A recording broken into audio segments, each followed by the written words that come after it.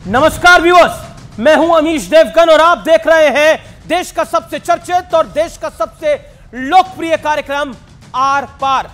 रहीम दास जी का एक बहुत मशहूर दुआ है, रहीमन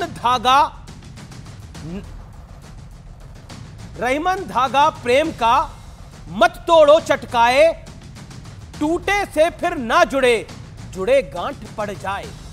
पर लगता है कि INDIA यानी इंडिया वाले गठबंधन में गांठ पड़नी शुरू हो गई है।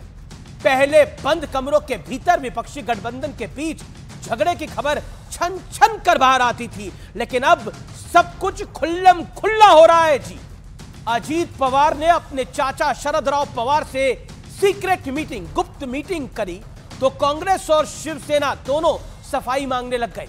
कांग्रेस ने तो यहां तक दावा कर दिया कि शरद पवार को केंद्र में मंत्री पद का ऑफर मिल चुका है, जिसके बाद शरद पवार की बेटी सुप्रिया सूले मैदान में कूदी और कहा कि मनगढ़ंत कहानियां बनाई जा रही हैं।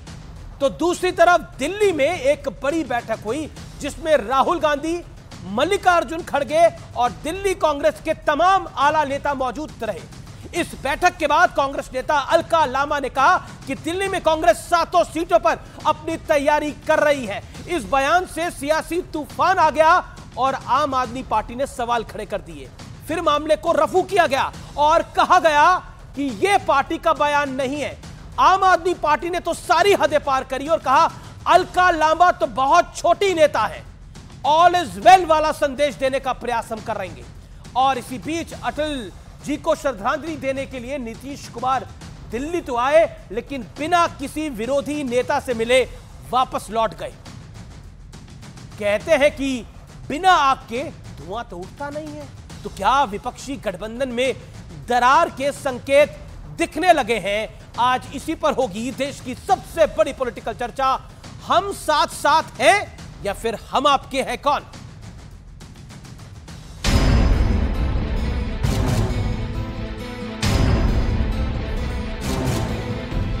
मुझे जो अध्यक्ष पद मिला वो भी श्रीमती सोनिया गांधी जी और राहुल गांधी जी के कहने पे, यानी उनके सपोर्ट से ही मुझे मिला। बीते 2 दिन में 3 खबरें हैं, जिससे संकेत मिल रहा है कि नए नवेले इंडिया गठबंधन में ऑल इज नॉट वेल।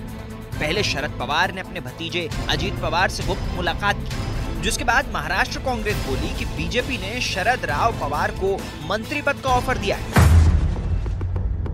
फिर बारी आई कांग्रेस की। अलका लामा ने कहा कि दिल्ली में कांग्रेस सभी 7 लोकसभा सीटों पर लड़ेगी। हालांकि बाद में ये कहते हुए मामले को रफू कर दिया गया कि ये कांग्रेस पार्टी का बयान नहीं है।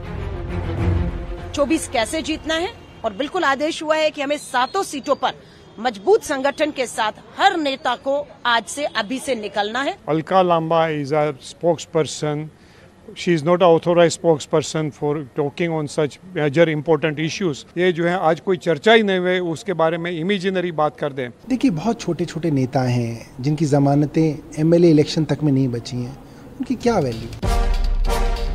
इसी बीच नीतीश कुमार अटल जी की पुण्यतिथि पर उन्हें श्रद्धांजलि देने दिल्ली पहुंचे, लेकिन विपक्ष के किसी नेता से बिना मिले ही पटना लौट गए। इसे लेकर भी अटकलें शुरू हो गईं।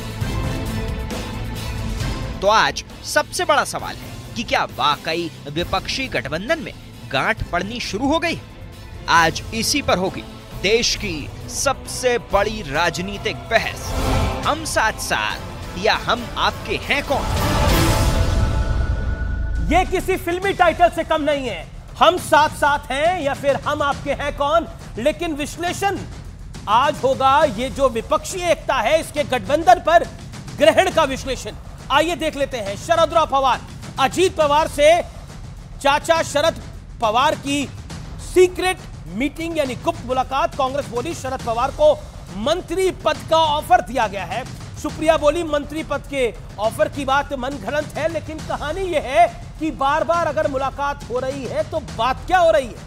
कांग्रेस पार्टी, राहुल गांधी, मल्लिकार्जुन खड़गे और दिल्ली कांग्रेस के आला नेताओं की बड़ी बैठक। अलका लामा ने बोला कि दिल्ली के सभी 7 सीटों पर कांग्रेस अपनी ताकत से चुनाव लड़ेगी। कांग्रेस ने अलका लामा के बयान से तो किनारा किया और आम आदमी पार्टी ने तो छोटा नेता कहा, कांग्रेस ने भी छोटा नेता मान लिया, यानी ग्रैंड ओल्ड पार्टी आम आदमी पार्टी के जबरदस्त दबाव में दिखी। बर्ताव में आगे नीतीश कुमार अटल जी की पुण्यतिथि पर श्रद्धांजलि देने के लिए दिल्ली आए, लेकिन किसी भी विपक्षी नेता के साथ मुलाकात नहीं करी। नीतीश बाबू अपने अलग थलग होने से परेशान है। उन्हें लग रहा है कि सारा मामला, जो सारा हाईलाइट है, जो सारी हेडलाइन है, या तो वो कांग्रेस पार्टी ले रही है या तो वो ममता बनर्जी ले रही है। पटना की बैठक के अंदर अब मैं बात करता हूं। आपको याद होगा दिल्ली अध्यादेश के मुद्दे पर हुआ था बड़ा टकराव और केजरीवाल कांग्रेस और उमर अब्दुल्ला के बीच में भिड़ंत हो गई थी। ममता और लेफ्ट के बीच में भी टकराव हुआ था। बेंगलुरु की बैठक याद करिए, ममता को ज्यादा भाव मिलने से, यानी ज्यादा तरजीह मिलने से नाराज थे नीतीश कुमार। बर्ताव में आगे साझा प्रेस कॉन्फ्रेंस तक से किया था किनारा। और अब बड़ा सवाल, द बिग क्वेश्चन इज, क्या इंडिया यानी INDIA गठबंधन में गांठ पड़नी शुरू हो गई है? मेरे